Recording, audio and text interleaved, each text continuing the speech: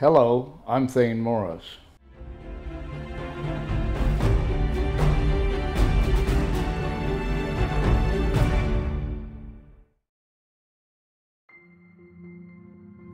The atmosphere at ILM at that point was everybody for George and George for everybody. And all of us were working together, pulling together, trying to do the impossible as cheaply as possible.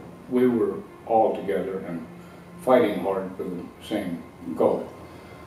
I don't remember anybody being aggravated at anybody at that point. It was very much of a friendly organization. Working for ILM, you would get a stack of storyboards for each of the movies.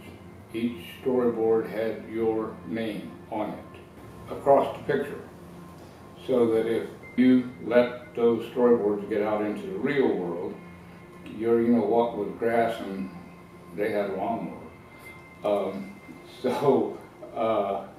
We were very careful with them.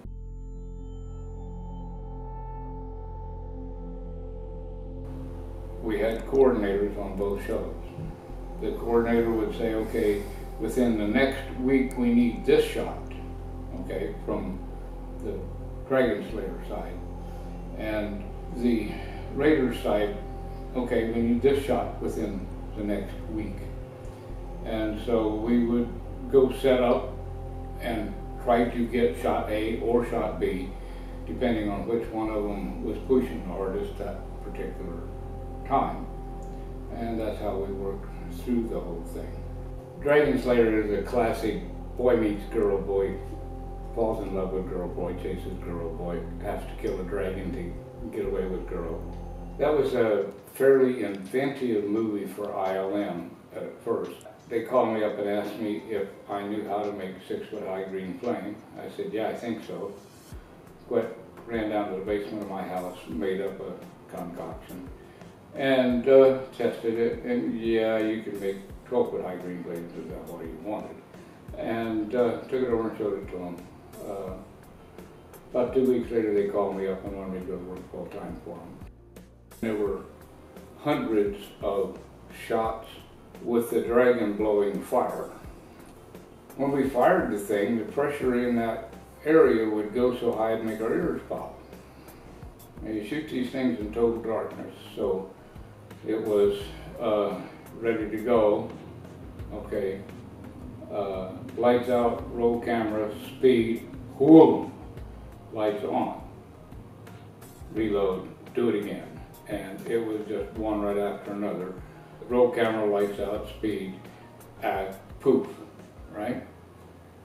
Lights on, and we hear whimpering outside the curtain door. And at the time, ILM had decided they were going to send somebody around to check on everybody in the place to see that they were working on what they said they were working on. Since we were working on 2 movies at the same time and a couple of commercials, it was busy. Outside the door was a young woman laying on her side, and Ted Minke, my boss and my partner in the crime on these things, looked out the door and said, "Oh my goodness, are you all right, honey?" She looked up and says, "You're alive." She thought we had blown ourselves up and there was nothing but cinders in that room. Poor thing.